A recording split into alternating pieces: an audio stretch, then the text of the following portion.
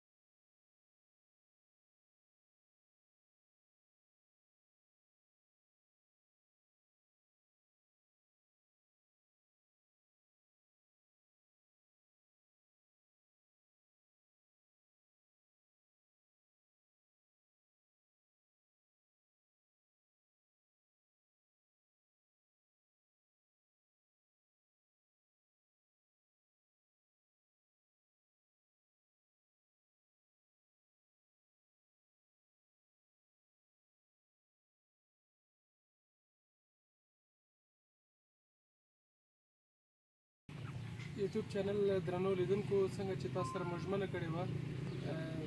په دې خپرونې کې به موږ ځانګړې مرکې مو لرو له خوشه بخته چې د ننګرهار ولایت خیوې ولسوالۍ ته راغلي یو د کوټې تارانو سیمې ته راغلي یو د دې سیمې یو تن مشر قومي دلته موږ سره شته دی دا به تاسو ته په خپله ځان معرفي کړي ملک صاحب ستړي مه شئ بخیر راغلی مننه امیر صاحب هر وخت راشئ هر کله راشئ دا اوس چې تاسو موقعیت لرئ د کوټې تارانو ساحه ده چې د کوز کونړ خیوې ولسوالۍ مربوط ده زما نوم حضرت علي دی او دغه ساحې کوټې تارانو مشري اوس ما ته راغاړې د دې سیمې په هکله معلومات لیدونکو سره شریک کړي چې څه ډول دلته دستور دی رواج دی او څه پکې ډېر دلته موندل کېږي لیدونکو سره معلومات شریک کړي د دې دستور خو تقریبا داسې ډېر تغییرات له فني حساب نه د موږ تر اوسه پورې نه دي راغلي او دغه عنعنات موږ هماغسې خوښوو تر اوسه پورې په هماغه د جوارو کښت د دوه فصله موږ لرو د غنمو کښت د جوارو د زمیندارۍ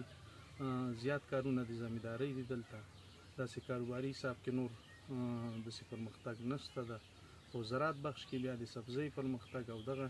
اوسنی نظام سره خو نور هم مخې ته تللي دي ځکه قیمتونه هم یو څه فرق کوي اوس صادرات له دې څخه بند شوي دي همداسې د غنمو داسې اوس پریماني ده د بوسو د غنمو نو دستي مهال د زراعت بخش کې دلته زیات ارزښت خلک ورکوي د دې مشهور حاصلات چې دي تاسو یادونه کړه غنم دي او ځینې نور لکه هندواڼې شو نور ځینې خوراکي توکي دي نن سبا کوم سیزن ښه ډېر دی او خلک راځي اخلي یا له دې ځي نورو ولایتونو ته ځي هغه به څه وي دستي مهال خو دوه رقمه ځمکې موږ لرو چې یو د بازار ځمکې دي او یو پخې ځمکې دي یا دي نو دغه د بازار ځمکو کې اکثره هندواڼې دي چې اوس ښه حاصل هم ورکوي او ښه قیمتونه هم دي سږکال بیا ښه فصلونه شوي دي چې مرضونو او فتونو نه هم په امن کې دي انشاءالله تر اوسه پورې نو ډېر زیات هغه رول چې لري اوس د هندواڼو ده چې ښه سیزن لري او ښه قیمتونه یې دي اوس دستي مهال د هندواڼو ښه سیزن لري د غنمو لو په هکله معلومات راکړي نورو سیمو کې اکثره اشارونه کېږي د دې سیمې خلک څنګه د غنم په ریبلو په وخت کې یو بل سره اشر کوي که نه کې دود بدل دی که نه سره ورته والی لري نورو سیمو سره تقریبا اوس خو موسسات هم لږ لږ مخه شوي ده دې طرفونو کې بعضې ماشینونه هم ورکړل د لو خو اوس هم هماغسې زیات هغه ماشین نه استفاده نه کوي هماغه د اشرونو حساب کې هماغسې یو په ګډه باندې سره مثال خپل ملګري او دوستان یو ځای کېږي او یو بل سره همکاري کوي کومک کوي او اشري سیستم کې علاوونه مخې ته روان د ځانګړو میلمنو لپاره د دې سیمې خلک څه تیاری ډېر چې موږ اورېدلی سبناری ده که معلومات لیدونکو سره شریک کړي تر څو هغوی هم پوه شي که کله فرصت بیا راچکر شي اکثره میلمانه دوستان چې زمونږ راځي له ښار نه د هغوی هم وینا همداسې چې یاره مونږ دلته درځو مثال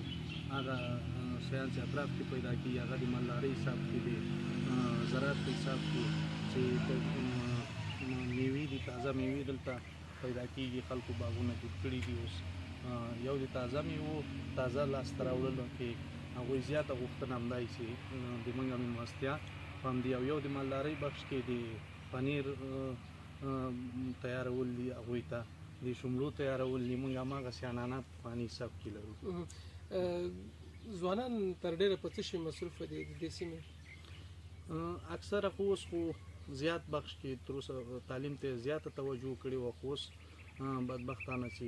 حالات د کاروباري حساب کې هم کمزوري دي نور د تعلیم بخش کې هم هغسې پرمختګ نشته ده دې وجې نه اکثره خلک اوس د خارج په دغې ساحې نه زیات خلک خارج په طرف روان دي په وروستیو کې دغه خپرونه د نړۍ په هر ګوټ کې لیدل کېږي افغانانو ته مو بالخصوص مسافرو ته څه پیغام لري مهرباني بس افغانانو ته خو عمومي یو پیغام لرم چې دغه خپل وطن چې موږ جوړ نه کړو نو دا به راته څوک هېڅوک هم نه جوړوي ډېر نظامونه راغلل ډېر ملکونو هېوادونو خلک راغلل بېرته لاړل دا ملک یې هماغسې پرېښود نو غوښتنه مې همدا ده چې په خپله لاس په کار شي اتفاق ورورولي اتحاد او خپله دا وطن خپل لاس باندې ډېره مننه ملک صاحب کور ودان چې موږ ته مو څه شی راکړئ درنو لیدونکو د مرکو لړۍ او د دې سیمې نورې ښکلاګانې تاسو ته په نورې ویډیوګانو کې موږ درښایو